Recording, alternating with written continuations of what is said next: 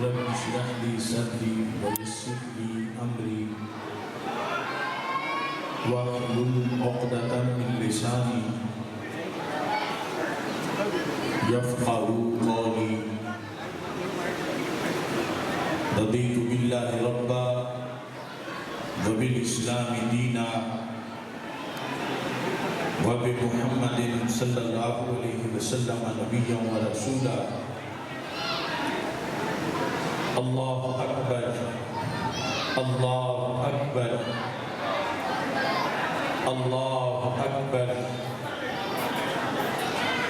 لبیک لبیک لبیک یا رسول اللہ صلی اللہ علیہ وسلم. الحمدللہ رب العالمین والصلاة والسلام علی خاتم النبیین سید الرسول و خاتم المعصومین وعلى آلہ و اصحابہ اجمعین.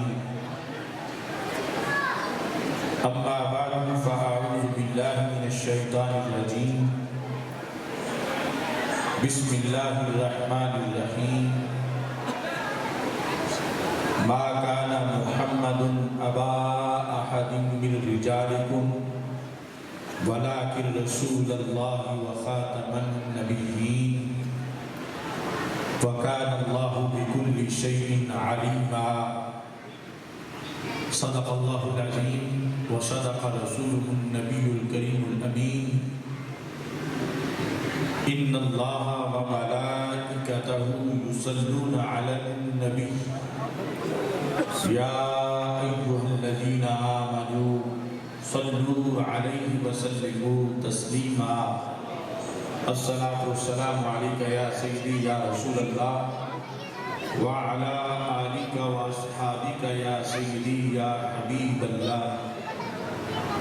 مولا صلی وسلم دائما ابدا علی حبیبکہ خیر الخلق کلہم منزہ عن شریک فی محاسنہ فجوہر الحسن فیہ غیر منقاسم.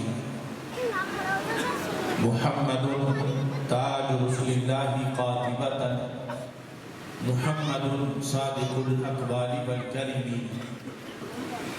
محمد ذکرہ روح لانفسنا محمد شکرہ فرد علی الامم.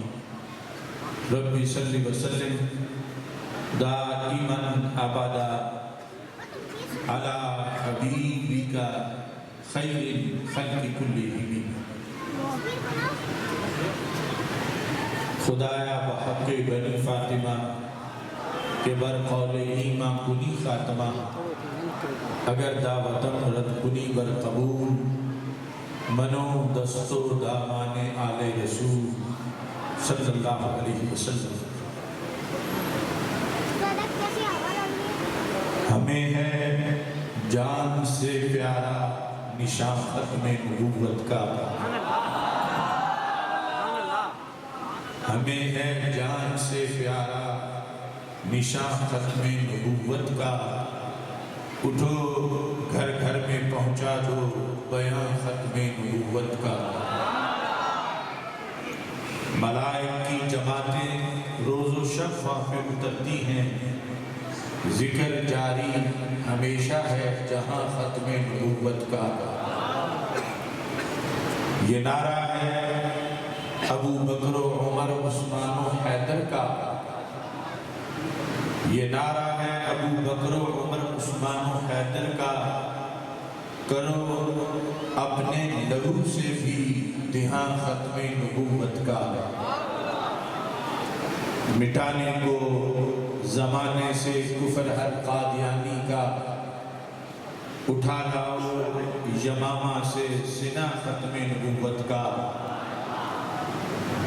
دبانے کو زمانے میں گلا ہر قادیانی کا. لگائے نعرہ ہر پیر و جوان ختم نبوت کا. دیا ختم نبوت پہ رضا کے علم نے پہرا. دیا ختم نبوت پہ رضا کے علم نے پہرا، بنا ان کا قلم بھی ترجمہ ختم نبوت کا، بنا کن کے رضا ہر اس کمینے کے لیے خنجر ہے جس نے بھی کیا کوئی زیاں ختم نبوت کا۔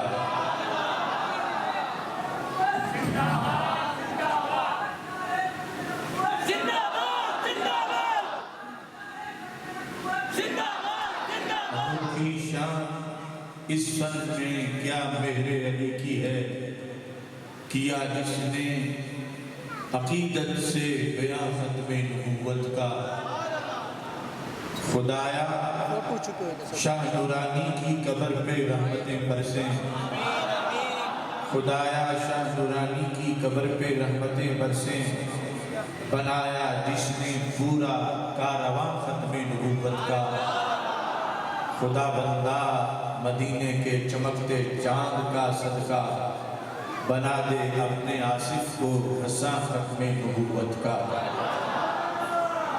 اللہ تبارک و تعالی جل جلالہ وعم نوالہ وتم برہانہ وعظم شانہ وجل ذکرہ وعز اسمہ کی حمد و ثنا، اور حضور سرور کائنات مفخر موجودات زینت بزم کائنات دستگیر جہاں غم گسار زمان سید سرکرام حامی بے قسم قائد المرسلین خاتم النبیین والمعصومین احمد مجتبی جناب محمد مصطفیٰ صلی اللہ علیہ وعلا آلہ واصحابہ وبارک وسلم کے دربار قربان میں ہدیہ درود و سلام عرض کرنے کے بعد السلام علیکم ورحمۃ اللہ وبرکاتہ۔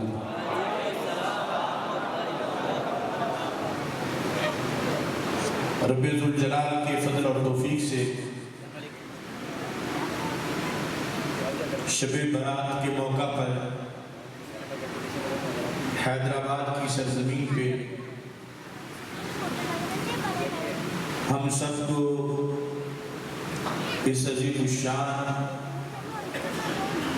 تاجدار ختم نبوت صلی اللہ علیہ وسلم کانفرنس و بیداری امت کانفرنس میں شرکت کی سعادت حاصل ہو رہی ہے۔ میری دعا ہے خالق کائنات جل جلالہ ہم سب کی یہ حاضری اپنے دربار میں قبول فرمائے۔ سٹیج پر بانی کانفرنس عظیم علمی اور روحانی شخصیت پروفیسر ڈاکٹر مفتی محمد صاحب دار سکندری صاحب زید شرفہ، اور حضرت پیر محمد عتیق الرحمن فاروقی صاحب جو کہ مانسیرہ سے تشریف لائے ہیں، رونق افروز ہیں، تحریک صراط مستقیم صوبہ سندھ کے امیر حضرت مفتی محمد بشیر القادری صاحب، حضرت علامہ محمد عثمان جلالی صاحب، دیگر کثیر تعداد میں اہل علم، اہل فضل، اہل عشق بھرپور اجتماع میں موجود ہیں۔ آج کی رات بڑی ہی مبارک رات ہے، جس کا ہر لمحہ برکتوں سے لبریز ہے۔ نبی اکرم نور مجسم شفیع معظم صلی اللہ علیہ وسلم ارشاد فرماتے ہیں کہ اس رات کے آغاز میں جو ہی سورج غروب ہوتا ہے، رب ذوالجلال آسمان دنیا پر تجلی فرماتا ہے، اور اس کی طرف سے مسلسل اعلانات ہوتے ہیں، ہر اعلان ہی بڑا اہم اور قیمتی اعلان ہے۔ اگرچہ ہمارے کان رب ذوالجلال کے ان اعلانات کو سن نہیں رہے، لیکن سرور کونین حضرت محمد مصطفیٰ صلی اللہ علیہ وسلم کے مقدس کانوں نے سن کر جو آگے صحابہ کرام علیہ رضوان کو بتایا اور ہم تک بات پہنچی، ہمیں اپنے کانوں سے سرکار کے کانوں پہ زیادہ اعتماد ہے کہ یقیناً اللہ کی طرف سے یہ اعلانات ہوتے ہیں اور غروب آفتاب سے لے کر طلوع صبح صادق تک مسلسل رب ذوالجلال اعلان فرماتا ہے الا من مسترزق فارزقہ، ہے کوئی ایسا جو رزق کی تلاش میں ہو، اسے رزق کی تنگی کا سامنا ہو تو وہ دعا مانگے میں اس کو رزق کی فراخی عطا کر دوں۔ الا من مبتلا فاعافیہ، ہے کوئی ایسا جو غم و آلام کے پنجے میں پھنسا ہوا ہو اور رہائی چاہتا ہو اور وہ مجھ سے رہائی طلب کرے تو میں اس کو غم و آلام سے آزاد کر دوں۔ الا من مستغفر فاغفر لہ، ہے کوئی ایسا جو گناہوں کی بخشش چاہتا ہو تو میں اس کے گناہ معاف کر دوں۔ الا قضا الا قضا، سرکار فرماتے ہیں اس طرح مسلسل انسان کی جو مختلف حاجتیں ہیں ان کا نام لے کر اللہ تعالیٰ فرماتا ہے، مثال کے طور پر ہے کوئی ایسا جسے اولاد چاہیے تو میں اس کو اولاد دے دوں، ہے کوئی ایسا جسے علم چاہیے تو میں اس کو علم دے دوں، ہے کوئی ایسا جسے عزت چاہیے تو میں اس کو عزت دے دوں۔ آپ اندازہ لگائیں کہ یہ لمحات نہ بھی ہوں اور ہم اللہ تعالیٰ سے دعا کریں تو ہمارے لیے بڑا غنیمت کا موقع ہوتا ہے، لیکن جس وقت جس نے دعا کو قبول کرنا ہے وہ خود ہی اپنی طرف سے یہ آفر کر رہا ہو کہ تم مانگو میں تمہیں عطا کروں گا، تو ایسے لمحات کتنے قیمتی ہیں، اور پھر ان لمحات سے فائدہ نہ اٹھانا کس قدر غفلت ہوگی۔ ہم سبھی لوگ گھڑی میں کیا لسال ہے، گناہوں کی بخشش بھی چاہتے ہیں، ہم اللہ تعالیٰ سے رزق بھی چاہتے ہیں، ہم اللہ تعالیٰ سے عافیت بھی چاہتے ہیں، انسان ہونے کے لحاظ سے ہمارے مختلف مسائل ہیں، اور یہ سرور کونین حضرت محمد مصطفیٰ صلی اللہ علیہ وسلم کی ختم نبوت کا فیض ہے کہ قیامت تک ہر سال یہ رات اس امت کو عطا کی جاتی ہے کہ جس رات میں رب ذوالجلال ماہ مدینہ صلی اللہ علیہ وسلم کے صدقے اس امت کو یہ خصوصی کوٹا عطا فرماتا ہے۔ تو اس بنیاد پر حدیث میں جن الفاظ کا تذکرہ ہے الا من مستغفر فاغفر لہ، ہے کوئی جو مغفرت چاہتا ہو تو میں اس کو بخش دوں، تو ہم سارے مل کر اس بات کا اقرار کرتے ہیں کہ ہم سارے ہی مغفرت کے طلبگار ہیں، اور وہ انہی الفاظ میں جس طرح کی حدیث شریف میں ذکر کیا گیا تو ہم کہتے ہیں میرے ساتھ مل کے پڑھو استغفر اللہ استغفر اللہ استغفر اللہ استغفر اللہ استغفراللہ، ایسے لمحات میں کہ جب رب ذوالجلال فرما رہا ہے کوئی مغفرت چاہتا ہے تو بولے میں اس کو بخش دوں، تو یہ در و دیوار بھی گواہ ہیں، فرشتے بھی گواہ ہیں کہ ہم خطاکار، ہم گناہ گار رب ذوالجلال سے مغفرت کے طلبگار ہیں، اور ہمیں یقین ہے ہمارا اللہ ہمارے آقا صلی اللہ علیہ وسلم کے طفیل ہمیں بخشش کا پروانہ عطا فرمائے گا۔ ایسے ہی رب ذوالجلال فرماتا ہے الا من مسترزق، ہے کوئی جو رزق چاہتا ہو تو میں اس کو رزق دوں، تو ہم سارے ہی رب ذوالجلال کے دربار میں جھولیاں پھیلائے ہوئے بھیک مانگتے ہیں، اللہم ارزقنا، اللہم ارزقنا، اللہم ارزقنا۔ وہ فرما رہا ہے کوئی رزق چاہتا ہے تو بولے میں اس کو رزق دوں، تو ہم اللہ کے دربار میں التجا کر رہے ہیں اللہم ارزقنا۔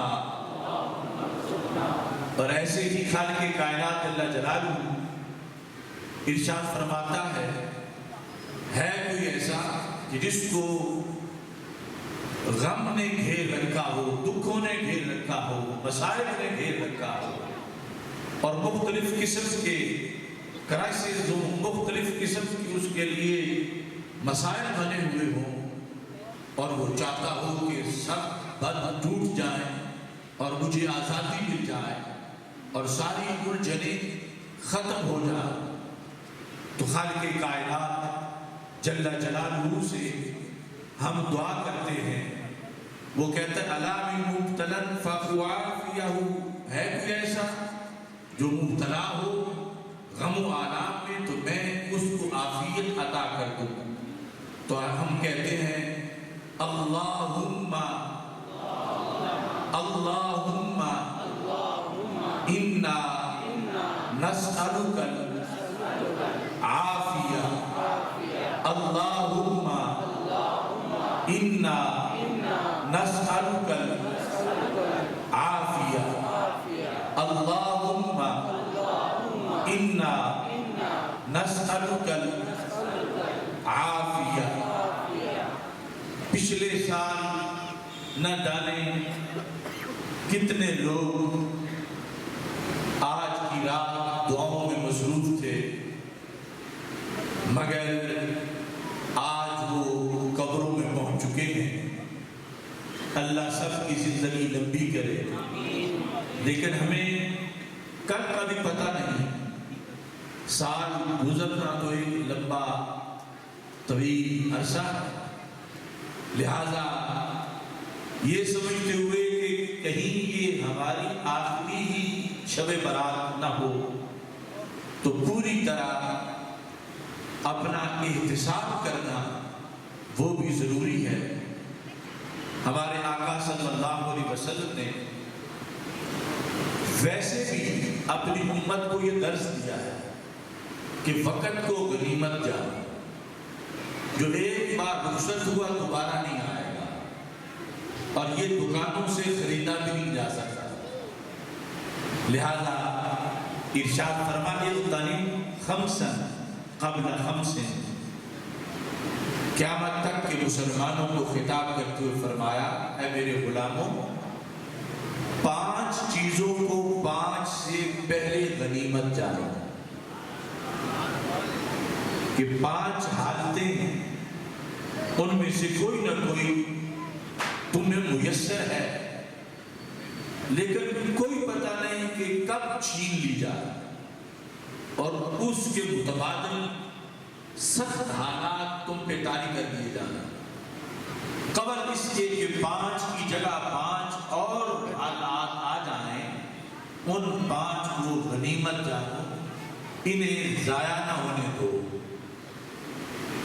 اس میں سب سے پہلے ہمارے آقا صلی اللہ علیہ وسلم نے ارشاد فرمایا شبابک قبل حرمک، اپنی جوانی کو بڑھاپے سے پہلے غنیمت جانا۔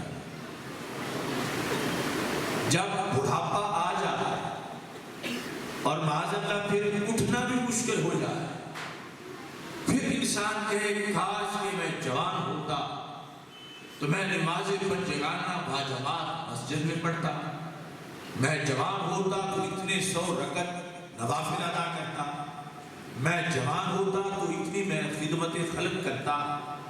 تو میرے آقا صلی اللہ علیہ وسلم فرماتے ہیں اللہ نے کسی کو جوانی سے پہلے بڑھاپا دیا ہی نہیں، جو بھی بوڑھا ہوتا ہے جوانی گزار کے بوڑھا ہوتا۔ تو میرے آقا صلی اللہ علیہ وسلم ارشاد فرماتے ہیں جوانی کی قدر کرو، جن کے پاس یہ دولت ابھی موجود ہے یہ ڈھلتا سا یہ چلا جائے گا، اور جس وقت جوانی ہے تو اب اپوزیشن جب مضبوط ہو اس وقت حکومت کرنے کا مزہ آتا ہے، جس وقت گناہوں کی طاقت چنگاریاں مار رہی ہو اس وقت پرہیزگاری کے اندر لطف آتا ہے۔ در جوانی توبہ کردن شیوائے پیغمبری، وقت پیری گرگ ظالم کی شبت پرہیزگار۔ ہمارے آقا علیہ السلام کا فرمان الشباب شعبۃ من الجنون، جوانی ایک پاگل پن ہے، یعنی اس لحاظ سے کہ بندے کو پتہ نہیں چلتا کہ میرا فائدہ کس میں ہے اور میرا نقصان کس میں ہے۔ شباب کے عروج میں جب اس کو سمجھایا جائے کہ آگے آگ ہے تو یہ سمجھتا ہے کہ یہ سمجھانے والا مجھے دھوکہ دے رہا، آگے آگ نہیں، آگے تو گلشن اور بہار ہے۔ تو اس کو جوانی کے عالم میں اپنے نفع نقصان کا صحیح پتہ نہیں چلتا، والدین سمجھاتے ہیں، استاد سمجھاتے ہیں، علماء سمجھاتے ہیں، لیکن یہ پھر بھی دوسری طرف نکلنے کی کوشش کرتا ہے۔ تو میرے آقا صلی اللہ علیہ وسلم کا یہ خصوصی پیغام ہے، اور آج کی خصوصی رات کے لحاظ سے کہ جو ابھی تک جوانی کی حدود میں موجود ہیں وہ شکر کریں کہ اللہ نے انہیں ایسی نعمت سے نوازا ہے کہ جس میں بڑی زرخیزی ہے، جس کے اندر ابھی تقویٰ اور پارسائی کے بیج بو جائیں تو ولایت کی فصل ہو سکتی ہے۔ میرے آقا صلی اللہ علیہ وسلم ارشاد فرماتے ہیں ایھا الشاب العابد، یہ حدیث قدسی ہے، رب فرماتا ہے اے جوان پرہیزگار انت عندی کبعض ملائکتی، تو میرے نزدیک میرے بعض فرشتوں جیسا ہے۔ کہ جوانی کو جو لگام دیتا ہے اس کو کنٹرول کرتا ہے، اس کو ضائع نہیں ہونے دیتا، اس کو شیطانی کاموں کے اندر بہنے نہیں دیتا، بلکہ اس کو لگام ڈال کے پرہیزگاری کے سائبان کے نیچے اللہ کے دربار میں جھکاتا ہے۔ تو سبعۃ یظلھم اللہ فی ظلہ یوم لا ظل الا ظل عرشہ، میرے آقا علیہ السلام فرماتے ہیں 7 قسم کے لوگ ہیں جن کو اللہ قیامت کے دن دھوپ نہیں لگنے دے گا اور ان کو اپنے سائے رحمت کے نیچے جگہ دے گا، اپنے عرش کے سائے کے نیچے۔ ان 7 سیٹوں میں ایک جوانوں کی سیٹ ہے۔ میرے آقا علیہ السلام فرماتے ہیں شاب نشأ فی عبادت اللہ، وہ نوجوان جس نے اپنی ابھرتی زندگی پرہیزگاری میں گزاری ہے، اس کو اللہ دھوپ نہیں لگنے دے گا۔ یہ ایک خاص سیٹ ہے جوانوں کی، بڑھاپے کی نیکی کے اپنے فوائد ہیں اور وہ بھی ضائع نہیں، لیکن جو جوانی سے تقویٰ و پرہیزگاری کا سفر شروع کر دیتا ہے تو اللہ کی قرب میں اسے بڑے اعلیٰ درجات میسر آ جاتے ہیں۔ لہذا جو ابھی تک اس صفت سے متصف ہیں اور ابھی تک جوان ہیں وہ غنیمت جانیں، یہ ایسے ہی گزر جائے اور پھر روزہ رکھنا مشکل ہوگا، نماز پڑھنی مشکل ہوگی، کوئی بھی کام نیکی کا کرنا بڑا مشکل ہو جائے گا۔ بعض اللہ بڑھاپا چارپائی کا اسیر بنا دیتا ہے اور بندہ چاہتا ہے کہ میں نیکی کروں مگر مشکل ہو جاتا ہے۔ لہذا میرے آقا علیہ السلام فرماتے ہیں کہ اپنی جوانی کو قبل اس کے کہ بڑھاپا آ جائے اس کو غنیمت جانا. اور پھر رسول اکرم نور مجسم شفیع معظم صلی اللہ علیہ وسلم نے ارشاد فرمایا صحتک قبل مرضک، اپنی صحت کو بیماری سے پہلے غنیمت جانا. خدا نخواستہ جب بیماری آ جائے اور بندہ چارپائی کا قیدی بن جائے اور ایک پاؤں بھی نہ اٹھا سکے اور پھر کہے کاش کہ میں صحت مند ہوتا تو میں یہ کام بھی کرتا، میں یہ کام بھی کرتا، تو سرکار فرماتے ہیں کوئی پتہ نہیں کہ کب صحت رخصت ہو جائے. ویسے تو ہر بندہ اپنے طور پر یہ بتاتا ہے کہ یہ بھی مرض ہے، یہ بھی مرض ہے، یہ بھی مرض ہے، لیکن پھر بھی ابھی تک وہ صورتحال تو نہیں بنی جو ہسپتالوں میں پڑے ہوئے لوگوں کی بنی ہوئی ہے. تو سرکار فرماتے ہیں اپنی صحت کو بیماری سے پہلے غنیمت جانو.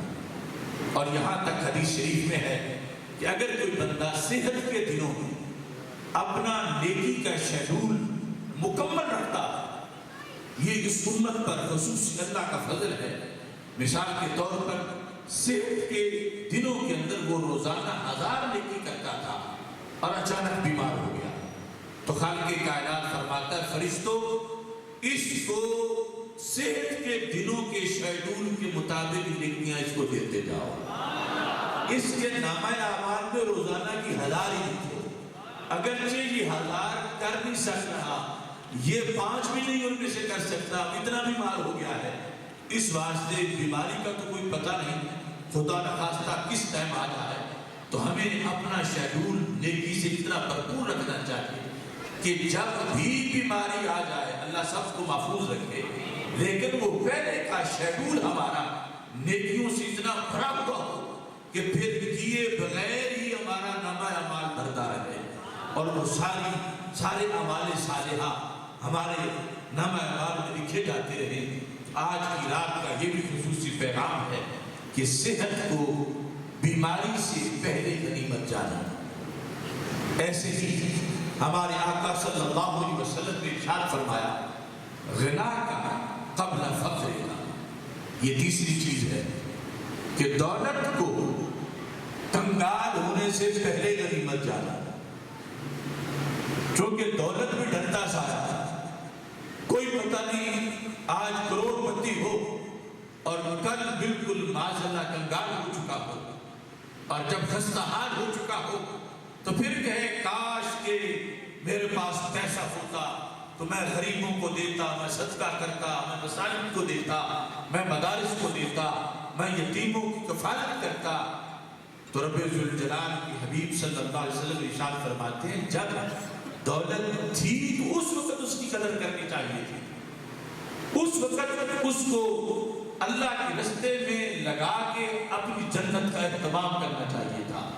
تو جو بھی دولت مند ہے خواہ جتنی بھی ہے، تھوڑی ہے زیادہ ہے، کیونکہ ہو سکتا ہے معاذاللہ کچھ بھی پاس نہ ہو، اپنی دولت کو ناداری سے پہلے غنیمت جاننے کا ہمارے آقا صلی اللہ علیہ وسلم نے ہمیں حکم دیا ہے. اور چوتھے نمبر پر ہمارے آقا صلی اللہ علیہ وسلم نے فرمایا فراغ کا قبل شغل کا. اپنی فراغت کو مصروفیت سے پہلے غنیمت جانا. ویسے تو ہر بندہ جس سے پوچھو وہ بڑا ہی مصروف ہے، لیکن پھر بھی جب کوئی آفت آتی ہے تو مصروفیت کے اندر سے بھی اپنا وقت نکال لیتی ہے. تو سرکار فرماتے ہیں جتنے بھی تم مصروف ہو، اس اب فراغت کچھ نہ کچھ تو ہے، تو اس فراغت کو مصروفیت سے پہلے غنیمت جانو. جب ایک سیکنڈ بھی تجھے نہ نیکی کے لیے ملے، جب ایک لمحہ ملنا بھی مشکل ہو جائے اور اب اللہ نے تھوک کے لحاظ سے ٹائم دیا ہوا ہے، تو اس کو یوں نہ سمجھو کہ یہ ایک مفت چیز ہے اور ایسی چلی جائے، اور اس کو غنیمت جانو، اس کی قدر کرو. کوئی پتہ نہیں کہ کب یہ جو فراغت ہے ختم ہو جائے اور پھر انسان کے پاس اس طرح کی مصروفیت ہو کہ وہ جکڑا جائے اس مصروفیت کے اندر اور کبھی بھی اس کے لیے اعمال صالحہ کی کوئی گنجائش نہ بن سکے۔ اب یہ 4 چیزیں جو میں نے بیان کی، ہو سکتا ہے کوئی کہے کہ یہ تقریر تو آپ ہمیں جو بوڑھا ہو چکا ہے وہ کہے کہ ہم جب جوان تھے تو اس وقت ہم سناتے کہ ہم اپنی جوانی کی قدر کر لیتے، اب تو وہ واپس آئے گی نہیں، اب ہمیں سنانے کا کیا فائدہ۔ جو بیمار ہو چکا ہے وہ کہے اس وقت سناتے جب میں صحت مند تھا، اب تو بیمار ہو چکا ہوں، اب مجھے سنانے کا کیا فائدہ۔ جو مصروف ہے وہ کہے اس وقت سناتے جب میرے پاس فرصت تھی، اب تو میرے پاس فرصت ہے ہی نہیں۔ جو کنگال ہو چکا ہے وہ کہے اس وقت بتاتے مجھے آ کر کہ جب میں مالدار تھا، کروڑ پتی تھا، اب تو میرے پاس ہے ہی کچھ نہیں۔ اگلی 5ویں بات جو ہے وہ کسی کا بہانہ باقی نہیں رہنے دے گی۔ میرے آقا علیہ السلام فرماتے ہیں چلو ٹھیک ہے، اگر تو بوڑھا بھی ہو گیا، بیمار بھی ہو گیا، نادار بھی ہو گیا، مصروف بھی ہو گیا، مگر زندہ تو بھی ہے۔ فرمایا صحتک قبل موتک، حیاتک قبل موتک، اے میرے غلام اپنی زندگی کو موت سے پہلے غنیمت جانا۔ موت کا وقت اٹل ہے، پھر 1 سیکنڈ بھی اضافہ نہیں ہوگا، تو اس وقت سے پہلے اب ٹائم ہے کہ غنیمت جانو کہ میں زندہ ہوں، کیونکہ بعد کے ایصال ثواب کا اگرچہ بڑا فائدہ ہوتا ہے، مگر جس قدر انسان اپوزیشن کے ہوتے ہوئے اچھا کام کر جائے اس کے زیادہ نمبر ملتے ہیں۔ ہمارے آقا علیہ السلام فرماتے ہیں تصدق وانت صحیح شحیح۔ ایک تو یہ ہے کہ کوئی کسی کا باپ دنیا سے رخصت ہوا تو اس نے 1 کروڑ روپیہ اس کی ایصال ثواب کے لیے دے دیا، یقیناً اس کا فائدہ پہنچے گا، لیکن یہ 1 کروڑ ایک طرف، اور وہ بندہ خود روح نکلنے سے پہلے اگر 1 لاکھ بھی دے جاتا تو اس 1 کروڑ سے زیادہ ثواب ملتا کہ وہ اس کا اپنا عمل ہے۔ اور وہ 1 لاکھ جو اس وقت دیا تھا جب اسے یقین ہو گیا تھا کہ اب بچنا تو میں نے ہے نہیں، اب بیماری اس طرح کی ہے، اب آخری لمحات تک پہنچ گیا ہوں، اگر وہ جوانی میں صحیح شحیح، سرکار فرماتے ہیں جب تم صحت مند بھی ہو اور جب تمہیں پیسے کا بھی لالچ بھی ہو، یعنی اس لحاظ سے لالچ کہ ابھی یعنی میں نے امید ہے طویل زندگی بسر کرنی ہے، ابھی تو میں جوان ہوں، اس پیسے کی مجھے کئی سالوں تک ضرورت ہے، اس ضرورت کی جو صورت ہے اس کے ہونے کے باوجود جو جوانی میں 50,000 بھی صدقہ کر جاتا ہے وہ بڑھاپے کے کئی لاکھوں سے زیادہ فائدہ پہنچاتا ہے، اور جو خود بڑھاپے میں کر جاتا ہے وہ بعد والوں کے کروڑوں سے زیادہ پہنچاتا ہے فائدہ۔ اس بنیاد پر ہمارے آقا صلی اللہ علیہ وسلم کا یہ فرمان ہر مومن کو یاد ہونا چاہیے اور روزانہ اس پہ غور کرنا چاہیے، اور جس مرحلے میں بھی ہے اس مرحلے کے اندر اس کو سامنے رکھ کے ایسی صورتحال بنانی چاہیے تاکہ اسے افسوس نہ ہو کہ کاش میں یہ کرتا، کاش میں یہ کرتا، کیونکہ ہمارے آقا صلی اللہ علیہ وسلم حبیب قلوب بھی ہیں اور طبیب قلوب بھی ہیں۔ کروڑوں مائیں اپنی اولاد سے وہ پیار نہیں کر سکتی جو پیار ہمارے آقا علیہ السلام نے اپنی امت سے کیا ہے۔ فرمایا لِكُلِّ نَبِيٍّ دعوۃ مستجابہ، ہر نبی کی ایک دعا ضرور قبول ہوتی ہے۔ اللہ نے نبیوں کو اپنے اپنے زمانوں میں خصوصی کوٹا دیا اور ان کا حق تھا۔ فرمایا فَتَعَجَّلَ كُلُّ نَبِيٍّ دعوتہ، ہر پیغمبر نے وہ خصوصی دعا مانگ لی، کسی نے بھی بچا کے نہیں رکھی۔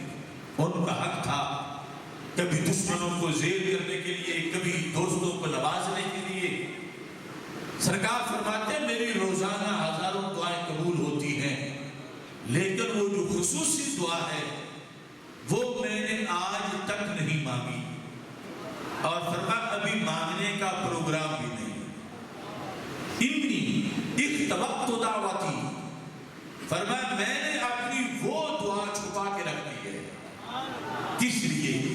شفاعتا لامتی الی یوم القیامہ، وہ دعا میں قیامت تک جتنے میرے غلام پیدا ہوں گے پوری امت کے لیے وہ ضرور قبول ہونے والی دعا مانگوں گا، اور اس دعا کے ذریعے پوری امت کو جنت میں لے جاؤں گا۔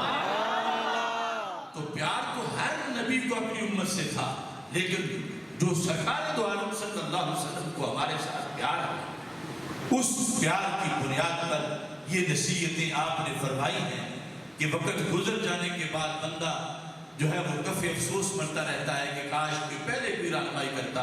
تو ہمارے آقا صلی اللہ علیہ وسلم نے صدیوں پہلے رہنمائی کی ہے، اور پھر اس موضوع پر آج خصوصی طور پر ہم کانفرنس کر رہے ہیں، عقیدہ ختم نبوت، رسول اکرم نور مجسم شفیع معظم صلی اللہ علیہ وسلم اللہ کے آخری نبی ہیں، اور آپ کی نسبت سے ہم آخری امت ہیں۔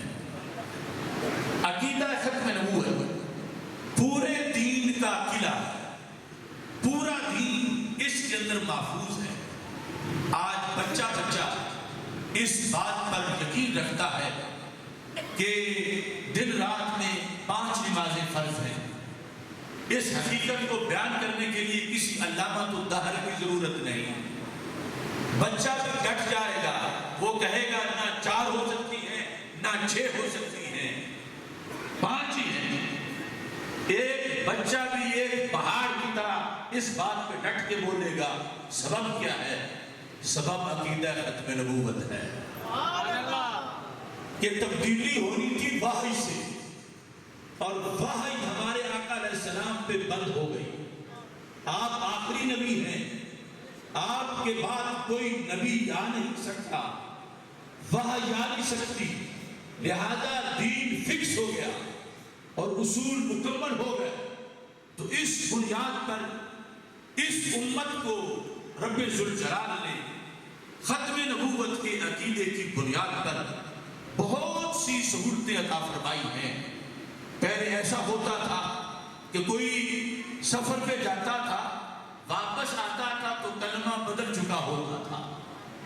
جب پہلے نبیوں کے زمانے تھے، گیا تھا تو نبی اور تھے، آیا ہے تو نبی اور ہے، گیا تھا تو شریعت اور تھی، آیا ہے تو شریعت اور ہے۔ یہ وقفے کے بعد انسانیت کا امتحان ہوتا رہتا تھا۔ اور آپ سمجھیں اس کی آزمائش کتنی ہے کہ تھوڑی سی تبدیلی کے بعد بھی کتنے فتنے پیدا ہو جاتے ہیں، کتنے مسائل پیدا ہو جاتے ہیں۔ یا کلمہ پڑھنا ایک بندے کے لیے تو پارٹی بدلنا بھی بڑا مشکل ہوتا ہے کہ کل میں نے فلاں لیڈر کے نعرے لگائے، اب میں فلاں کے نعرے لگاؤں۔ تو کلمہ جب پہلے ایک نبی کا وہ پڑھ رہا تھا، وہ چلے گئے، کلمہ اسی سمت اسی جہت میں پڑھا جا رہا ہے، اب دوسرے آ گئے تو آزمائش شروع ہو گئی۔ رب نے کہا بھی نہیں کب پڑھو، اس کو پہلا یاد ہے اور جان سے پیارا ہے۔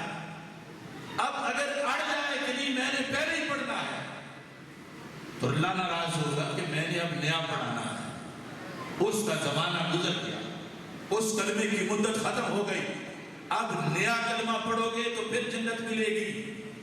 کروڑوں سلام ہو 12 ربیع الاول شریف کو، یہ ہمارے آقا صلی اللہ علیہ وسلم تاجدار ختم نبوت صلی اللہ علیہ وسلم تشریف لائے۔ اب یہ امتحان ہی ختم ہو گیا، یہ آزمائش ہی ختم ہو گئی۔ اب ایک ہی کلمہ ہے اور اسی نے چلنا ہے اور قیامت تک چلنا ہے، اس نے بدلنا نہیں اور ہمیشہ رہنا ہے۔ یہ برکت ہے کہ رسول اکرم نور مجسم شفیع معظم صلی اللہ علیہ وسلم آخری نبی ہیں، اور آپ کی نسبت سے ہمیں آخری امت بنا دیا گیا ہے۔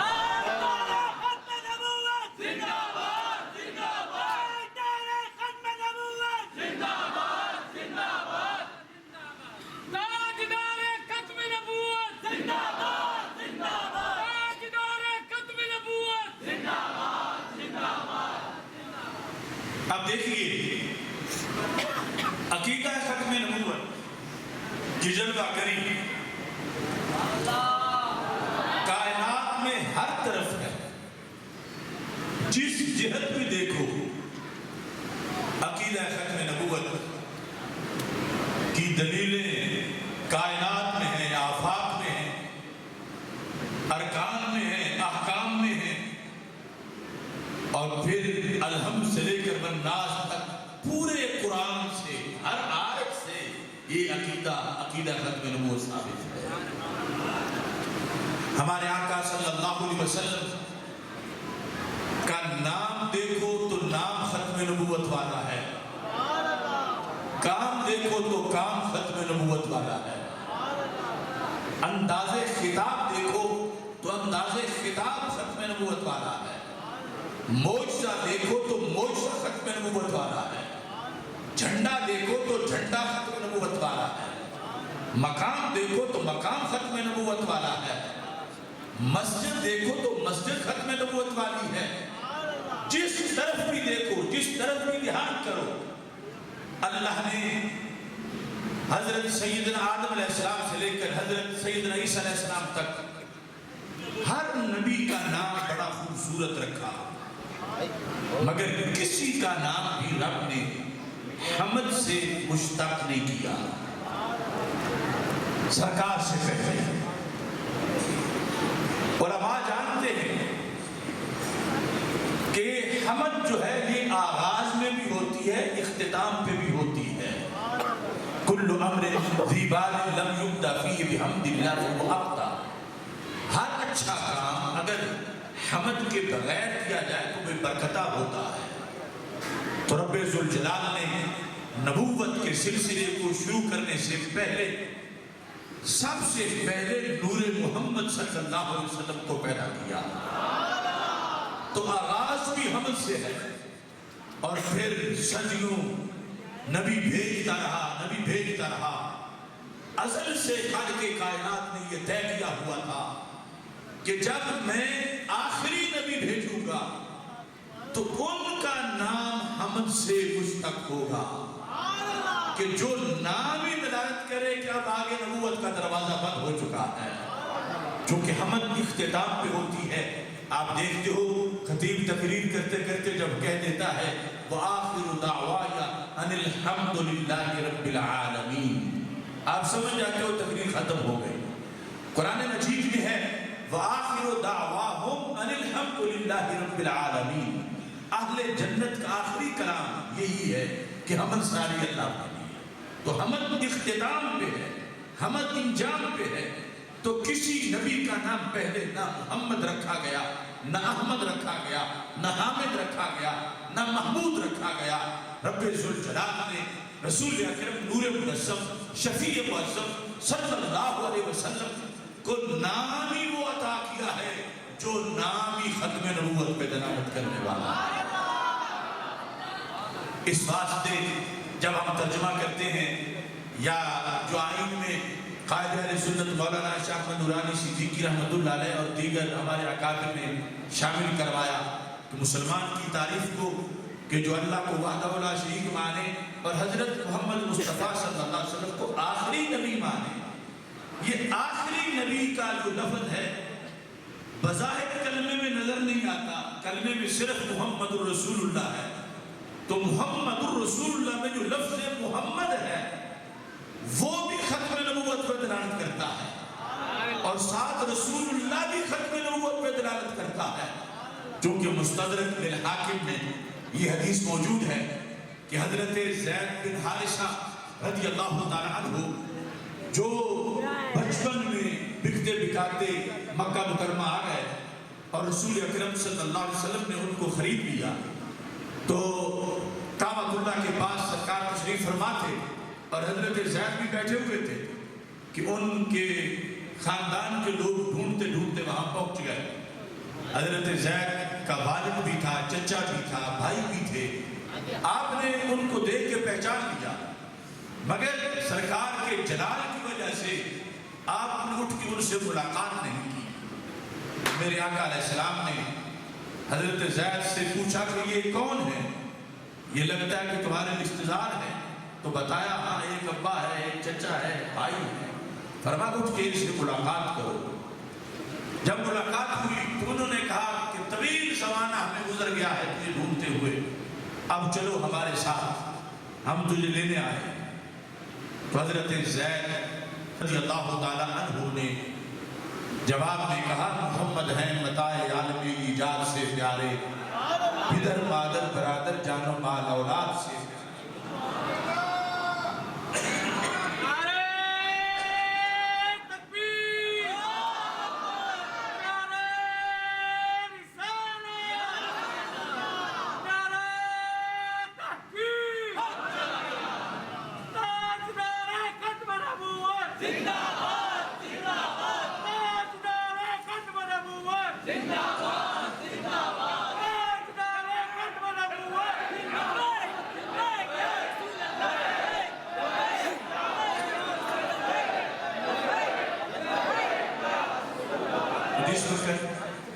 حضرت زید رضی اللہ تعالیٰ عنہ نے انکار کر دیا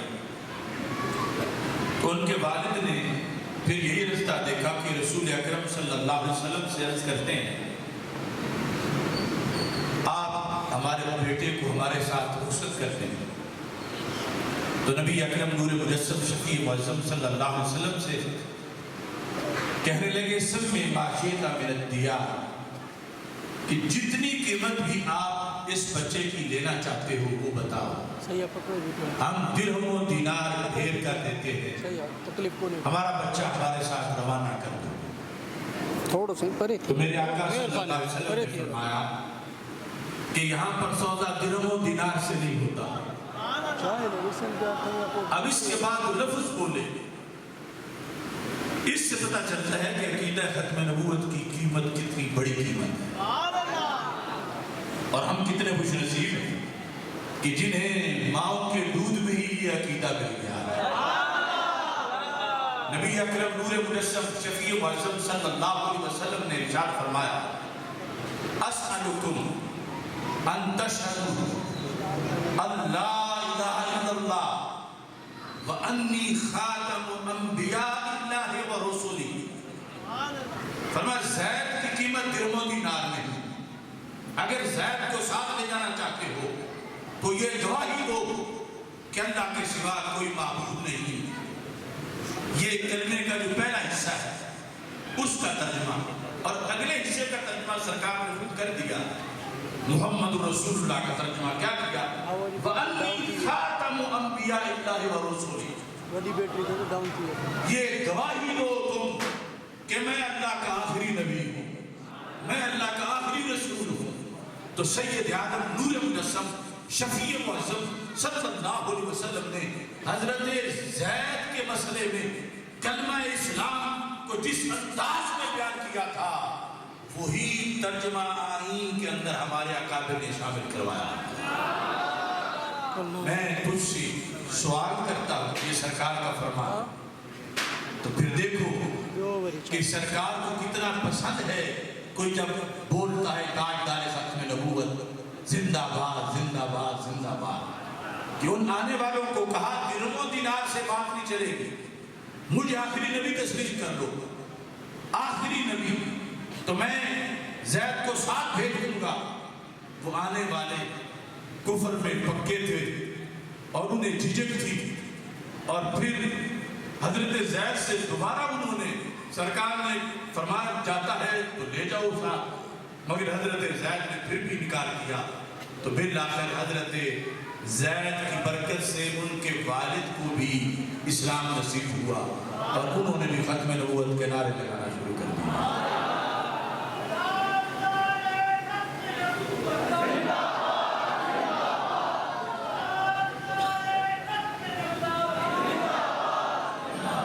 یہ تو نام ہے ختم نبوت والا، کام ختم نبوت والا یہ ہے کہ تمام انبیاء کرام علیہ السلام انہوں نے اپنی ڈیوٹی بدری کی آسن نبھائی، کسی نے بھی کمی نہیں چھوڑی، لیکن سبق وہی پڑھایا جو رب نے ان کے ذمہ لگایا تھا۔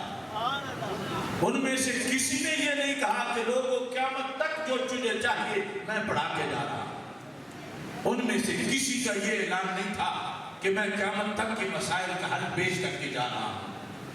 اپنا فرض نبھایا، لیکن ہمیشہ کی روشنی اور قیامت تک کے مسائل کا حل جس ہستی نے دیا ہے وہ میرے اور آپ کے آقا حضرت محمد مصطفیٰ صلی اللہ علیہ وسلم.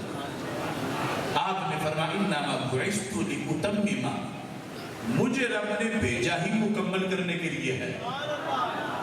پہلے کسی کو بھی مکمل کرنے کے لیے بھیجا ہی نہیں گیا، پہلے وقت کی ڈوز دینے کے لیے بھیجا گیا. تھوڑا تھوڑا کر کے انسان کو پڑھایا جا رہا تھا. شروع کے سبب یہ بھی تھے انسان کے لیے کہ کہیں کسی کو ملنا ہو تو کپڑے پہن کے ملنا چاہیے، محفل میں جانا ہو باہر نکلنا ہو تو لباس پہننا چاہیے. یہاں سے تربیت کی گئی انسان کی، اور چلتے چلتے پھر وہ زمانہ آیا کہ جب نبی اکرم نور مجسم شفیع معظم صلی اللہ علیہ وسلم آپ رونق افروز ہوئے اور پھر اعلان نبوت کیا، اور پھر فرما دیا اللہ نے الیوم اکملت لکم دینکم واتممت علیکم نعمتی ورضیت لکم الاسلام دینا، کہ آج میں نے تمہارے لیے تمہارے دین کو مکمل کر دیا ہے. لہذا یہ کام ختم نبوت کا جو تھا ہمارے آقا صلی اللہ علیہ وسلم نے مکمل کیا، پیچھے بچے ہی کچھ نہیں. اب کیا پڑھانے کوئی نبی آئے، کوئی سبق رہ گیا ہوتا تو کوئی آتا، اب کیا بتانے کوئی نبی آئے. سرکار نے پیچھے کوئی مضمون چھوڑا ہی نہیں، خواہ عقیدہ ہو، خواہ عمل ہو، خواہ عبادت ہو، خواہ سیاست ہو، خواہ نظام زندگی ہو، خواہ نظام بندگی ہو، خواہ دنیا کی بات ہو، خواہ قبر کی بات ہو، خواہ برزخ اور حشر کی بات ہو، خواہ حشر کے بعد کی بات ہو. ہمارے آقا صلی اللہ علیہ وسلم نے ہر مسئلے کا حل پیش کر دیا ہے، اور جنت جانے کے کتنے راستے ہیں سارے بیان کر دیے ہیں، جہنم سے بچنے کے جتنے طریقے ہیں سارے بیان کر دیے ہیں. اور فرمایا ترکتکم علی ملت بیضاء، لوگو میں تمہیں روشن ملت پہ چھوڑ کے جا رہا ہوں، لیلھا کنہارھا، جس کی رات بھی اتنی روشن ہے جتنا دن روشن ہوتا ہے. لہذا کار نبوت جب مکمل ہوا تو پھر نبی کے آنے کی گنجائش ہی ختم ہوئی. مجدد دین و ملت امام اہل سنت اعلی حضرت امام احمد رضا خان فاضل بریلوی رحمت اللہ علیہ، آپ نعت شریف کی ایک شعر کے اندر اس پوری تقریر کو بیان کرتے ہیں. فرماتے ہیں نہ رکھی گل کے جوش حسن نے گلشن میں جا باقی، چٹکتا پھر کہاں گنجا کوئی باغ رسالت کا. نہ رکھی گل کے جوش حسن نے گلشن میں جا باقی، پہلے بڑے بڑے حسین پھول کھلے مگر صحن چمن بھرتا نہیں تھا. جو بھی کھلتا تھا خوشبو پھیلاتا تھا، اور اس کی خوشبو یہی اعلان کرتی تھی یأتی من بعد اسمہ احمد، میں آیا ہوں مگر میرے آقا ابھی آنے والے ہیں. صحن چمن کو ہمیشہ انتظار رہا، لیکن جب ہمارے آقا صلی اللہ علیہ وسلم رونق افروز ہوئے، اتنی جامع تعلیمات کے ساتھ رونق افروز ہوئے، نہ رکھی گل کے جوش حسن نے گلشن میں جا باقی. یہ پھول حسین اتنا ہے، جمیل اتنا ہے، اس کے پاس خزانے اتنے ہیں علوم کے، اس پھول کے پاس کمالات اتنے ہیں، اس سے سارا نبوت کا صحن بھر گیا ہے. اب ذرہ بھر بھی کوئی جگہ بچی ہی نہیں. اب کوڑے کے ڈھیر پر کوئی کانٹا تو اگ سکتا ہے مرزا دجال جیسا، مگر صحن نبوت میں کوئی پھول نہیں کھل سکتا، کیونکہ کار نبوت ہمارے آقا صلی اللہ علیہ وسلم نے مکمل فرما دیا.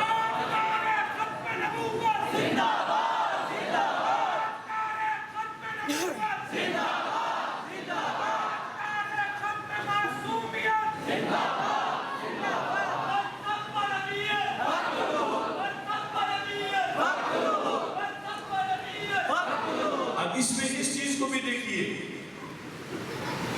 کہ رسول اکرم نور مجسم شفیع معظم صلی اللہ علیہ وسلم کا معجزہ بھی تمام انبیاء کرام علیہ السلام کے معجزات سے مختلف ہے۔ ویسے تو آپ کے ہزاروں معجزات ہیں، تیرے تو وصف بے تناہی سے ہیں بری، حیران میرے شاہ کیا کیا کہوں تجھے۔ لیکن سب سے بڑا معجزہ بخاری شریف میں ہے، ہمارے آقا صلی اللہ علیہ وسلم ارشاد فرماتے ہیں انما کان الذی اوتیتہ وحیا اوحی اللہ الی، فرما ہر نبی کو اللہ نے کوئی نہ کوئی معجزہ دیا جسے دیکھ کے بشر اس کا کلمہ پڑھتے رہتے، اور مجھے جو رب نے معجزہ دیا فرمایا وہی قرآن ہے جو میرے سینے پہ نازل کیا گیا۔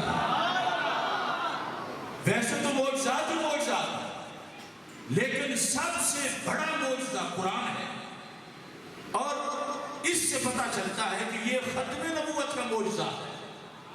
میریکل معجزہ اس کی دو قسمیں ہیں، ایک ہوتا ہے حسی، دوسرا ہوتا ہے عقلی۔ حسی معجزہ جو ہے وہ 5 سینسز، حواس خمسہ سے اس کی سمجھ آتی ہے اور اس سے بندہ جلد متاثر ہوتا ہے۔ مثلا پہاڑ سے اونٹنی زندہ نکلی، حضرت صالح علیہ السلام کی اونٹنی، اس سے حیران ہونے کے لیے کوئی 10 سال 10 سے نظامی پڑھنے کی ضرورت نہیں تھی، جاہل بندہ بھی حیران ہو رہا تھا، تعجب کر رہا تھا کہ یہ پہاڑ سے زندہ حیوان کیسے برآمد ہوا۔ جب حضرت موسیٰ علیہ السلام کا ڈنڈا وہ سانپ بن گیا اور بے جان لکڑی میں جان آ گئی اور اس نے کھانا پینا شروع کر دیا تو ہر کوئی حیران ہو رہا تھا۔ یہ سارے حسی معجزے ہیں، لیکن قرآن عقلی معجزہ ہے۔ فرق یہ ہے حسی معجزہ جب آنکھوں کے سامنے ہو تو معجزہ ہوتا ہے، جب غائب ہو جائے تو پھر خبر رہ جاتی ہے، معجزہ نہیں ہوتا۔ صالح علیہ السلام کی اونٹنی اس وقت معجزہ تھی، آج معجزہ نہیں، آج معجزے کی خبر ہے۔ حضرت موسیٰ علیہ السلام کا عصا اس وقت معجزہ تھا، آج خبر معجزہ ہے۔ لیکن قربان جائیں، قرآن کل بھی معجزہ تھا، قرآن آج بھی معجزہ ہے۔ جن نبیوں کے بعد ابھی نبی آ رہے تھے وہاں وہ حسی معجزات کیے، اور جنہیں اللہ نے ختم نبوت کا تاج پہنا کے بھیجا انہیں معجزہ بھی ختم نبوت والا عطا فرمایا۔ قرآن اترا تھا اس وقت بھی اس کا یہ اعلان تھا ان کنتم فی ریب مما نزلنا علی عبدنا فأتوا بسورۃ من مثلہ وادعوا شہداءکم من دون اللہ ان کنتم صادقین۔ اگر سچے ہو تو اس کی صورت جیسی صورت بنا کے لے آؤ۔ یہ اس وقت بھی تھا، یہ دوسری صدی میں بھی تھا، یہ چیلنج 10ویں صدی میں بھی تھا، یہ 4ویں میں بھی تھا، یہ آج بھی ہے، یہ قیامت تک ہوگا، یہ ہمیشہ چیلنج، یہ معجزہ تازہ رہے گا، یہ کبھی بھی باسی نہیں ہوگا، اس واسطے کہ جس ہستی کا ہے وہ آخری نبی ہیں اور ان کا معجزہ بھی ختم نبوت والا معجزہ ہے۔ اس کو بیان کر کے بخاری شریف میں ہمارے آقا صلی اللہ علیہ وسلم نے باقاعدہ اس کا رزلٹ بھی بتایا، جب قرآن میرا معجزہ ہے تو پھر اس کا نتیجہ کیا ہوگا۔ فرما ارجو ان اکون اکثرکم تابعا، جب میں آخری نبی ہوں اور قرآن میرا معجزہ ہے اور قرآن بدلے گا نہیں، قرآن اٹھے گا نہیں، قرآن ہمیشہ چمکتا رہے گا، تو فرما مجھے یقین ہے جتنی بڑی قیامت کے دن میری امت ہوگی اتنی بڑی کسی نبی کی امت نہیں ہوگی۔ ارجو ان اکون اکثرہم، ہم ضمیر کا مرجع سارے انبیاء علیہ السلام، کہ سارے نبیوں کی امتیں جنہوں نے جنت میں جانا ہے، قیامت کے دن ایک بڑے گراؤنڈ میں جب ان کو اکٹھا کیا جائے گا، ان کے مقابلے میں میری اکیلی امت جب اکٹھی ہوگی تو میری امت ان سب سے بڑے مجمع کے ساتھ ہوگی، کیونکہ میرا قرآن میرا معجزہ ہے، یہ ختم نبوت کا معجزہ ہے، یہ روزانہ چمکے گا، یہ روزانہ دلوں کو روشن کرے گا اور یہ روزانہ فیض بانٹے گا. اس بنیاد پر میرے غلاموں میں اضافہ ہوتا رہے گا اور میری امت بڑھتی رہے گی. نتیجہ یہ ہے کہ سارے نبیوں کی امتوں کے مقابلے میں میری اکیلی امت کہیں بڑی ہوگی. بلکہ فرما دیا فی الجنت 120 صفا 80 منہا امتی. جنت میں کل 120 صفیں ہوں گی. ہر صف میں اربوں خربوں انسان موجود ہوں گے. فرمایا ان 120 صفوں میں سے 80 صفیں میرے غلاموں کی ہوں گی. 40 باقی سارے نبیوں کا کام ہے. ان کے پڑھانے پر جو توحید پڑھے اور جنتی بنے وہ 1/3 ایریا جنت کا وہ بھریں گے اور 2 حصے یہ ختم نبوت والے بھر جائیں گے. کیونکہ نبی اکرم نور مجسم شفیع معظم صلی اللہ علیہ وسلم کا یہ فیض ہے ختم نبوت کا کہ جو بڑھتا جائے گا بڑھتا جائے گا. اور سرکار فرماتے ہیں سب سے بڑی امت قیامت کے دن میری امت ہوگی. ایسے ہی نبی اکرم صلی اللہ علیہ وسلم کی مسجد جو ہے وہ بھی ختم نبوت کی دلیل ہے. سنن نسائی میں موجود ہے. فرمایا انا خاتم الانبیاء ومسجدی آخر مساجد الانبیاء. فرمایا میں آخری نبی ہوں اور میری مسجد آخری مسجد نبی ہے. یعنی کسی نبی کی مسجد میرے بعد کوئی نبی نہیں ہوگا تو اس کی مسجد کہاں سے آئے گی؟ تو مسجد نبوی بھی ختم نبوت پر دلالت کر رہی ہے. روضہ رسول صلی اللہ علیہ وسلم بھی ختم نبوت پر دلالت کر رہا ہے. اور جب دیکھا گیا تو جھنڈا ہمارے آقا علیہ السلام کا وہ بھی جو کہ حمد سے سرکار کا نام مشتق ہوا وہ محمد یا احمد صلی اللہ علیہ وسلم ہو تو جھنڈا ہے لواء الحمد اور مقام ہے مقام محمود اور امت ہے ہم معدود. تو یہ ساری جہتوں میں جدھر بھی دیکھا جائے ختم نبوت کا راج نظر آ رہا ہے. پھر مسالک میں سے اہل سنت و جماعت کا مسلک اپنے معتقدات اور نظریات کی بنیاد پر افورڈ کر سکتا ہے کہ یہ عقیدہ ختم نبوت کو بیان کریں. بڑی آسان سی بات ہے کہنے کو. تو ہر مسلک کا خطیب یہ کہے گا کہ اللہ کے رسول صلی اللہ علیہ وسلم آخری نبی ہیں. اب ہمیں اور کسی کے دروازے میں جانے کی ضرورت نہیں. آپ ہمارے سارے مسئلے حل کر گئے ہیں, ساری بیماریوں کا علاج کر گئے ہیں. ہمیں کسی انگریز کے در پہ بھیک مانگنے کی ضرورت نہیں. لیکن تقریب سے فارغ ہو تو اس سے پوچھا جائے کہ تمہارے عقیدے میں تو یہ ہے کہ نبی کو کل کا بھی علم نہیں, پرسوں کا بھی علم نہیں. اگر 15ویں صدی کے مسائل کا علم نہیں تو وہ مسائل حل کیسے کیے ہیں؟ حل تو تب کریں جب مسئلے کا پتہ ہو, علاج تو تب کریں جب بیماری کا پتہ ہو.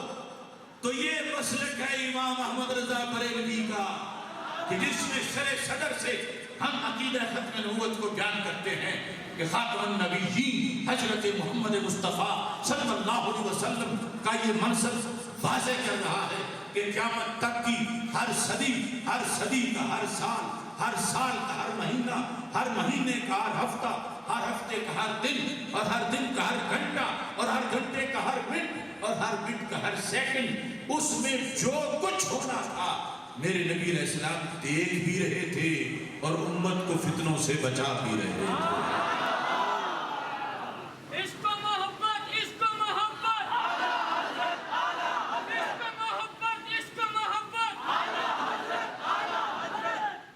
تو نبی اکرم نور مجسم شفیع معظم صلی اللہ علیہ وسلم کا عقیدہ ہے آپ کے بارے میں جو عقیدہ ختم نبوت ہے یہ وہ زبان نہیں بیان کر سکتی جو یہ کہیں کہ مٹی میں مل گئے معاذاللہ اور اب وہاں کچھ بھی نہیں. وہ کس منہ سے عقیدہ ختم نبوت بیان کریں؟ دو قسم کے بیانیے امت میں رائج ہوئے. عقیدہ ختم نبوت ہمارے بیانیوں پر بیان کیا جا سکتا ہے. مستدرک الحاکم اور مسند امام احمد میں ہے۔ اب دیکھیے ایک سادہ سی بات ہے، ویسے تو ہر کوئی دعویٰ کرتا ہے کہ ہم حق پر ہیں۔ آپ علماء عوام اہل سنت جس سے بھی آپ پوچھو مدینہ منورہ کی حاضری کے بارے میں، جو نہیں گیا ابھی تک وہ کہتا ہے میں اپنے نبی علیہ السلام کے پاس جانا چاہتا ہوں۔ جو بیٹھا ہوا ہے وہاں تو بتاتا ہے فون کر کے محبوب علیہ السلام کے قدمین شریفین میں بیٹھا ہوں۔ جو ہو کے آیا ہے تو کہتا ہے اپنے محبوب رسول صلی اللہ علیہ وسلم کے پاس سے ہو کے آیا ہوں۔ اب اوپر صحابہ میں بیانیہ کیا تھا؟ مروان اس وقت مدینہ منورہ کا گورنر تھا۔ اس وقت روضہ رسول صلی اللہ علیہ وسلم کا جو حجرہ عائشہ صدیقہ رضی اللہ تعالیٰ عنہ، بس وہی تھا، ایک ہی دیوار تھی۔ اب تو 4 دیواریں ہیں، ایک دیوار تھی، دروازہ کھلا تھا اور باہر سے پتہ چل سکتا تھا کہ اندر کوئی بندہ حاضری دے رہا ہے۔ مروان نے جب دیکھا رہا رجلا واضعا جبہتہ علی قبر رسول اللہ صلی اللہ علیہ وسلم، کہ کوئی بندہ حاضری دے رہا ہے اور حاضری کا انداز یہ ہے کہ اس نے اپنا ماتھا رسول اکرم صلی اللہ علیہ وسلم کی عین قبر شریف کے اوپر رکھا ہوا ہے۔ تو مروان نے دور سے کہا اتدری ما تصنع، تو جانتا ہے کہ تو کیا کر رہا ہے؟ یعنی لہجہ ایسا تھا کہ جیسے کسی غلطی کرنے والے کو متنبہ کیا جا رہا ہو۔ اندر سے جو حاضری دینے والا تھا اس نے جواب دیا، اس نے کہا نعم، ہاں میں جانتا ہوں، مجھے پتا ہے کہ حاضری کیسے دینی ہوتی ہے، میں جانتا ہوں۔ تو مروان کو مزید غصہ آیا کہ ایک تو یہ بندہ کام غلط کر رہا ہے اور دوسرا آگے سے اکڑتا بھی ہے، دیکھوں تو صحیح کون ہے۔ جب مروان اندر آگے بڑھا تو حاضری دینے والا کوئی ملنگ نہیں تھا۔ اذا ہوا ابو ایوب الانصاری رضی اللہ تعالیٰ عنہ، تو وہ جو سرکار دو عالم صلی اللہ علیہ وسلم کی قبر مبارک پہ ماتھا رکھ کے حاضری دے رہے تھے، وہ میرے زبان رسول صلی اللہ علیہ وسلم حضرت ابو ایوب انصاری رضی اللہ تعالیٰ عنہ تھا۔ اب یہ مروان سہم گیا، یہ تو صحابی ہیں۔ اب حضرت ابو ایوب انصاری نے اپنی گفتگو اس کو جھڑکتے ہوئے شروع کی۔ آپ نے فرمایا تھا جو پتہ نہیں جئت رسول اللہ صلی اللہ علیہ وسلم ولم آت الحجر، میں اللہ کے رسول کے پاس آیا ہوں، میں کسی پتھر کے پاس نہیں آیا۔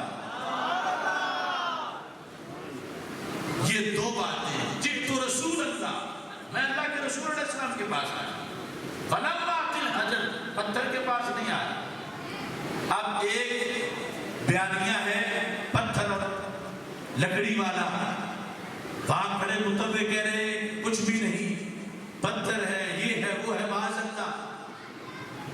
اس کی نفی کی حضرت ابو ایوب انصاری نے، اور جو آج علماء اہل سنت کو کیا عوام اہل سنت میں سے بھی ہر کوئی بول رہا ہے کہ اپنے نبی کے پاس گیا ہوں، اپنے نبی کے پاس جاؤں گا، اپنے نبی کے پاس سے ہو کے آیا ہوں۔ یہ وہ بیانیہ ہے جو 14 صدیاں پہلے ان لوگوں کا بیانیہ تھا جنہوں نے صفہ پہ بیٹھ کے اللہ کے رسول علیہ السلام سے دین پڑھا تھا۔ تو یہ عقیدہ ختم نبوت ان تمام جہتوں کے لحاظ سے اس کا حق اہل سنت و جماعت ادا کر سکتے ہیں۔ اور پھر اس جہت میں بھی یہ دیکھنا ضروری ہے کہ رسول اکرم نور مجسم شفیع معظم صلی اللہ علیہ وسلم آپ کے صحابہ کرام رضی اللہ تعالیٰ عنہ وہ بھی دلیل ختم نبوت ہیں، اور آپ کے اہل بیت اطہار رضی اللہ تعالیٰ عنہ وہ بھی دلیل ختم نبوت ہیں۔ رب ذوالجلال نے ازل سے یہ طے کیا تھا۔ سرکار فرماتے ہیں اللہ اختارنی واختارنی اصحابہ، رب نے ازل میں مجھے چنا اور رب نے میرے لیے میرے یاروں کو چنا. اللہ کو پتا تھا کہ میں نے نبوت کا دروازہ بند کرنا ہے، پھر دین آگے قیامت تک جانا ہے، وحی نازل نہیں ہونی. تو جو اس وقت میں نبوت کا دروازہ بند کروں گا، آخری رسول بھیجوں گا کہ جب جو شاگرد ہوں گے اور اصحاب ہوں گے وہ امین بھی چوٹی کے ہوں، ذہین بھی چوٹی کے ہوں. یہ نہ ہو کہ ادھر وحی کا دروازہ بند ہو جائے اور ادھر ان کو آدھا قرآن ہی نہ آتا ہو. نہیں، ہر لفظ، ہر حرف ان کو یاد ہو، اور پھر امین بھی چوٹی کے ہوں کہ گردن تو کٹوا دیں مگر کوئی لفظ بدلنے نہ پائے، زیر سے زبر نہ ہونے دیں. تو یہ رسول اکرم نور مجسم شفیع معظم صلی اللہ علیہ وسلم کے صحابہ بھی اس بات کی دلیل ہے کہ رسول اکرم نور مجسم شفیع معظم صلی اللہ علیہ وسلم آخری نبی ہیں کہ رب ذوالجلال نے ایسے لوگوں کے ہوتے ہوئے نبوت کا دروازہ بند کر دیا کہ جنہوں نے جو حق تھا دین پڑھنے کا اور جو حق تھا اس کی حفاظت کا، وہ حق انہوں نے پورا کیا اور آگے نسلوں تک دین پہنچایا. حضرت صدیق اکبر رضی اللہ تعالی عنہ جس وقت لشکر اسامہ سرکار کی وصال کی خبر سن کے واپس آ گیا تھا تو کہنے لگے اے صدیق اکبر آپ کی ہر بات مانیں گے، لیکن اس وقت حالات ایسے ہیں کہ مرتدین دشمن سارے مدینہ منورہ پہ حملہ کر سکتے ہیں، اور اگر ہم شام میں ہوں گے تو پیچھے مدینہ منورہ پہ قبضہ ہو جائے گا اور آپ کو بھی شہید کر دیا جائے گا، لہذا ہمیں صرف چند دن رہنے دو پھر ہم شام چلے جائیں گے. حضرت صدیق اکبر رضی اللہ تعالیٰ عنہ نے کہا خدا کی قسم میں تمہیں ایک رات بھی مدینہ منورہ میں نہیں رہنے دوں. کیوں؟ فرمایا تجھے بھیجنے کا فیصلہ اللہ کے نبی علیہ السلام کا ہے، تجھے رکھنے کا فیصلہ ابو قحافہ کے بیٹے کا ہوگا. فرمایا میری کیا حیثیت کہ میں اپنا فیصلہ نبی علیہ السلام کے فیصلے پر مقدم کروں. واللہ لا تخطف الطیر احب الی من ان ابدا بشیء قبل امر رسول اللہ صلی اللہ علیہ وسلم. اور خدا کی قسم تم چلے جاؤ سارے شام میں، اگر پیچھے میری حفاظت کے لیے کوئی نہ بچا، مجھے شہید کر دیا گیا، مجھے غسل دینے والا بھی کوئی نہ ہو، مجھے کفن پہنانے والا بھی کوئی نہ ہو، تب وہ میرے بدن سے بوٹیاں نوچ کے لے جائیں، مجھے یہ تو پسند ہے، مگر اپنا آئیڈل سرکار کی آئیڈل پر مقدم نہیں کر سکتا. اس طرح حفاظت دین میں ان کا کردار، یہ تیاری تھی ان کی اس ختم نبوت کے عقیدے کے لحاظ سے. اور دوسری طرف رسول اکرم نور مجسم شفیع معظم صلی اللہ علیہ وسلم نے فرمایا انا تارک فیکم الثقلین، میں تم میں دو عظیم چیزیں چھوڑ کے جا رہا ہوں، ما ان تمسکتم بہما لن تضلوا بعدی، جب تم ان دونوں چیزوں کے ساتھ مضبوطی سے وابستہ رہو گے کبھی بھی تم گمراہ نہیں ہوگے. وہ دو چیزیں کیا ہیں؟ فرمایا کتاب اللہ و اطرتی اہل بیتی، میرا قرآن اور میرا خاندان اہل بیت اطہار، اور پھر فرما دیا لن یتفرقا، ان دونوں میں کبھی جدائی نہیں ہوگی. قرآن آج سے جدا نہیں ہوگا، آج قرآن سے جدا نہیں ہوگا، یہ شرط بتا دی. فرمایا حتیٰ تب تک جدائی نہیں ہوگی، حتیٰ یاردا علی الحوض، جہاں تک کہ حوض کوثر کے پاس میں کھڑا ہوگا قیامت کے دن تو قرآن اور میری آل دونوں اکٹھے ہی مجھ سے آ کے ملاقات کریں گے. یہ قرآن بھی ختم نبوت کی دلیل اور اہل بیت اطہار رضی اللہ تعالیٰ عنہم بھی ختم نبوت کی دلیل اور صحابہ کرام رضی اللہ تعالیٰ عنہم بھی ختم نبوت کی دلیل. اور یہ اہل سنت کی خوش قسمتی ہے کہ رب ذوالجلال نے ہمارے مسلک کو اتنی وسعت عطا فرمائی ہے کہ اس کے لحاظ سے یہ ساری حقیقتیں بیان کی جا سکتی ہیں اور سمجھی جا سکتی ہیں. یہ عظیم رات ہے بخشش اور مغفرت کی. میں دعا کرتا ہوں رب ذوالجلال ہم سب کے گناہوں کو معاف فرمائے،